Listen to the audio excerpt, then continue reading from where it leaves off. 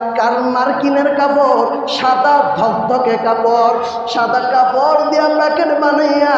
খাটিয়ার মধ্যে যখন নিয়া লাশটা কবরের দিকে নিয়া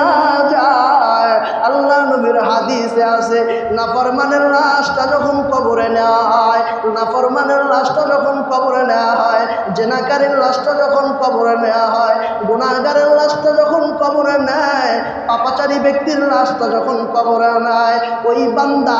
ডাক দিয়া তার আত্মীয় স্বজনকে বলতে থাকে, ও রুহুটা ডাক দিয়া তার জীবনটা ডাক দিয়া, আমার পরিবার, ও আমার সন্তান, ও আমার পরিবার, ও আমার মেয়ে, ও আমার ছেলে, ও আমার বাবা, ও আমার নাতি, ডাক দেয়া বলে তোমরা আমার কেন কোথায় নিয়ে যাইতেছ, বলো না তোমরা কোথায় নিয়ে যাও। আমি তো তাকায় দেখি আমার জন্য গরম পানি করা হয়, আমি তো তাকায় দেখি আমার জন্য ওই বাঁশের পাতা নিয়ে আসা হয়, আমি তো তাকায় দেখি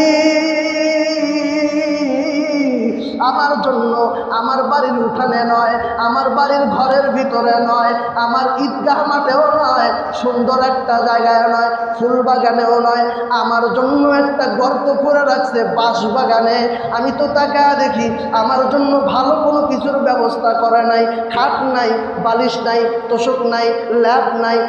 লাইট নাই, বাতি নাই, সাথী নাই, আমার জন্য বাঁশ বাগানে একটা ঘর বানাইছে, ওখানে বাঁশগুলা কেটে কেটে ছাউনি বানাইছে। তোমরা যদি আমার ওই কবরে রাখো, আমার মনে হয় আর বাঁচার সম্ভাবনা নাই, আমি মনে হয় ওখানে শান্তিতে থাকবো না, দয়া কইরা আমার ওই কবরে তোমরা শোয়াইও না।